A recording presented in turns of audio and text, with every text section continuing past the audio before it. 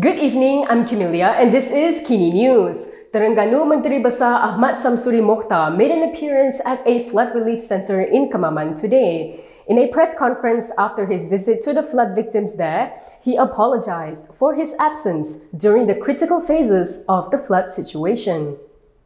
Terengganu Menteri Besar Ahmad Samsuri Mokhtar has apologized for his absence during the critical phases of the massive floods that hit Terengganu recently. In a press conference this evening, the past lawmaker acknowledged that no excuses can justify his absence nor fix the current situation. Saya juga faham bahawa walau apa jua penjelasan yang saya berikan, penjelasan saya sudah tentu tidak bermakna apa-apa. Walau bagaimanapun, saya ingin sebut sebagai rekod bahawa saya teliti suasana yang berlaku mengenai banjir ini dari setiap masa dan ketika, dan saya membuat keputusan untuk meneruskan perjalanan ke luar negara setelah berlaku tanda penurunan. Samsuri said this after visiting flood victims in Kemaman earlier today after his arrival from New Zealand. Earlier, Samsuri said that his administration started preparing months before the floods hit. He admitted that there were shortcomings in the flood management due to the extreme flood situation this time around. These include delays in the victims receiving food packs and issues concerning relocation between flood relief centers. He also announced a 1,000 ringgit cash aid to heads of households who are registered as victims of the flood and 10,000 ringgit for those who lost their loved ones to the floods. Prime Minister Anwar Ibrahim has filed a defamation suit against Kuala Terengganu MP Ahmad Hashim over claims that he lied about receiving a salary of 1 ringgit when he was Selangor's economic advisor. Prime Minister Anwar Ibrahim has filed a defamation suit against Kuala Terengganu MP Ahmad Hashim. This is over Amzad's alleged defamatory statement that Anwar had lied about receiving a salary of 1 ringgit when he was the economic advisor for Selangor. In the statement of claim, Anwar said Amzad had made several statements to a group of customers while dining at a restaurant on December 7th. Anwar claimed that the past lawmaker's statement was republished on TikTok by a user by the name of Nelly3868 on the same day and received over 4,980 views, 62 comments, 116 likes, 18 favorites, and 50 shares. He claimed that the slanderous statement, among other things, implies that he could not be trusted and is dishonest about receiving millions of ringgit from the Selangor government when he held the state post. Anwar claimed that the slanderous statement was false, malicious, and disparaging to him, who has a highly respected image nationally and internationally because he is against corruption.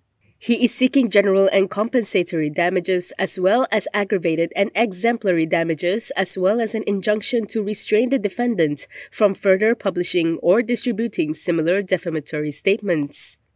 Previously, the Selangor Menteri Besar's office had refuted claims of Anwar receiving 15 million ringgit to serve as the state's economic advisor, adding that Anwar was only paid a symbolic 1 ringgit per month when he held the post. Lim Guan Eng has hit out at past President Abdul Hadi Awang over his claims and remarks about the Muslim voter turnout during GE15. DAP chairperson Lim Guan Eng has responded to past President Abdul Hadi Awang's claims that there was a poor turnout of Muslim voters in the last general election. In a statement today, Guan Eng said that data scientist Devesh Deva had repudiated Hadi's figures of the voter turnout based on religion as false and baseless.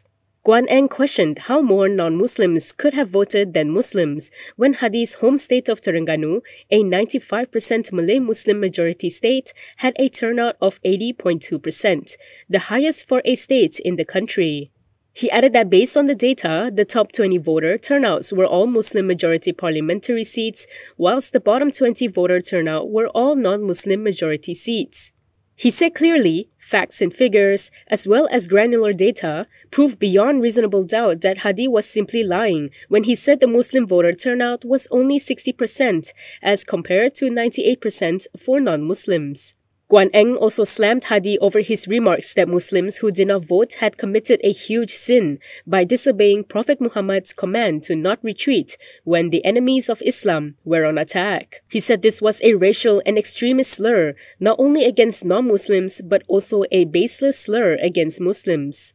He said non-Muslims are not enemies of Islam but had opposed PAS for continuing to threaten to diminish and erode the fundamental rights enshrined in the federal constitution and interfere in the lifestyle of non-Muslims.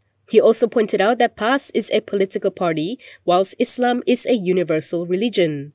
He said for Hadi, to equate non-Muslims opposed to PAS with those also opposed to Islam is irrational, divisive, and a clear and present danger to a harmonious society.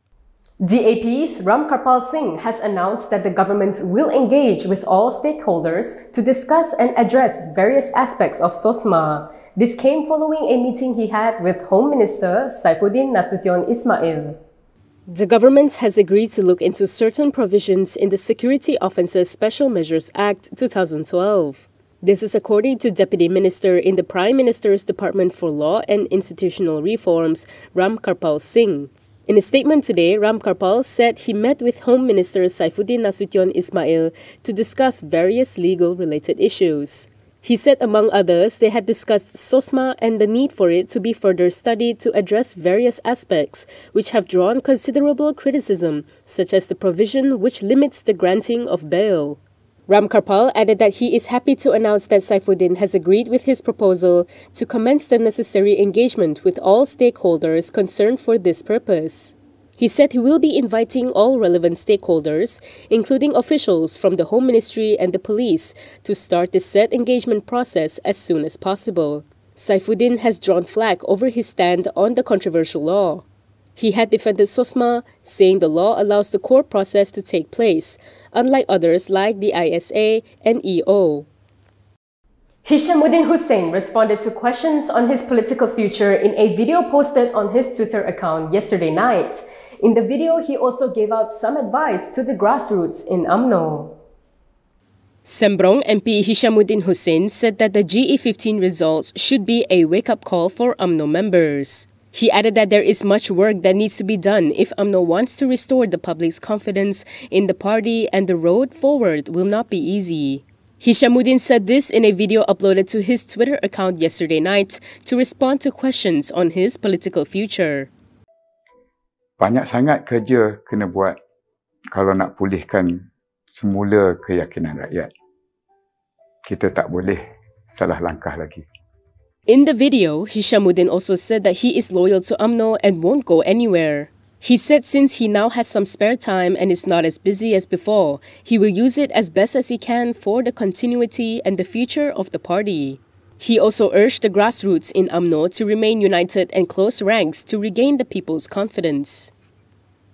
Back to Anwar, the Prime Minister has asked government agencies to stop organizing big-scale ceremonies to avoid wasting public funds. Prime Minister Anwar Ibrahim has called on government agencies to cut down on grand and extravagant ceremonies or buying new attire for events to avoid wasting public funds. Anwar, who is also the finance minister, said the allocations used for such extravagant events could instead be channeled to needy groups.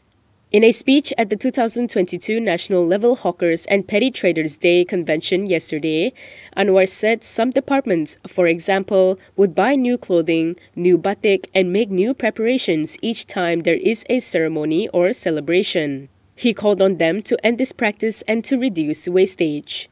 Anwar said if there was a need to order new clothing for any ceremony, the purchase should be for staff on lower grades only. He added that some might view the move as petty and say this is a small matter, such as him rejecting a Mercedes, not taking a salary, but if we stop all these things, the allocations could benefit a big group of poor people in the country. Shamsul Iskandar Muhammad Akin took his oath of office and secrecy as Anwar's senior political secretary in Putrajaya today. Ahmad Farhan Fauzi and former Alostar MP Chan Ming Kai were also appointed as political secretaries.